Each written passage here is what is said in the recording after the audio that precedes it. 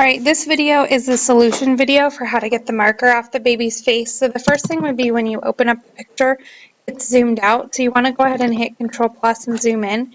And then if you don't have your navigator open, you are going to want to go ahead and go to Windows and then go down to Navigator so that you can get this little box. It makes it easier to work.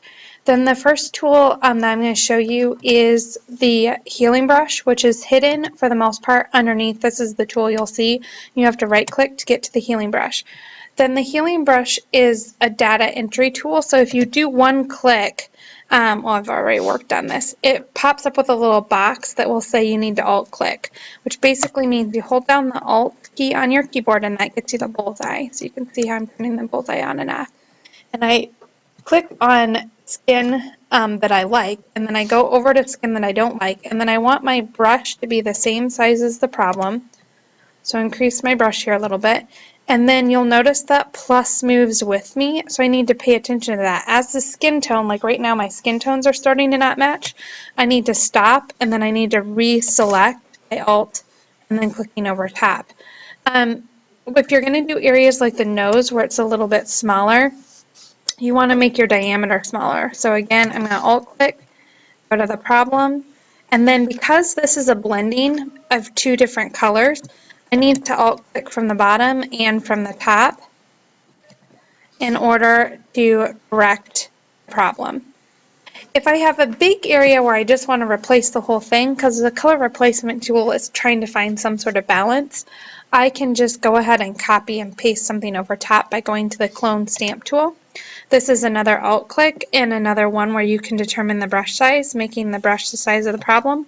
Hold down the alt key, click on top of skin that you like, go over top, and then you'll notice it leaves that ring. So you go back to your healing brush, making the brush a little bit smaller, and then alt, oops, I went off a little on the side there. And then I'm going back over my problem that I just made. You can use this to kind of blend in that skin tone. So if I control back out, you can see that that cheek is starting to get replaced. Now, some fun tools that are not a part of the solution to the task, but are just fun to do. The first one is the color replacement tool, like if you wanted to make his eyeballs a different color.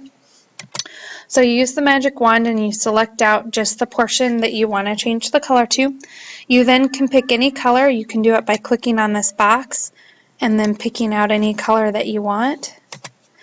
And then, or you can go to the eyedropper and you could pick out, like I want the red of his shirt, for example. And this you can see this little thing changes based on whatever pixel I select. Then the color replacement tool is hidden underneath the paintbrush. So you go down, or it might be under the pencil, to the color replacement tool. And then as you work, the nice thing that this will do is it doesn't get rid of the shading.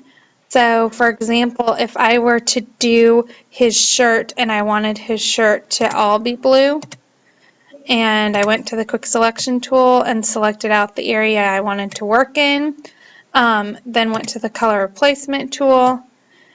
So you're going to see that the creases stay there and it changes and matches the color. Now I didn't do a good job selecting.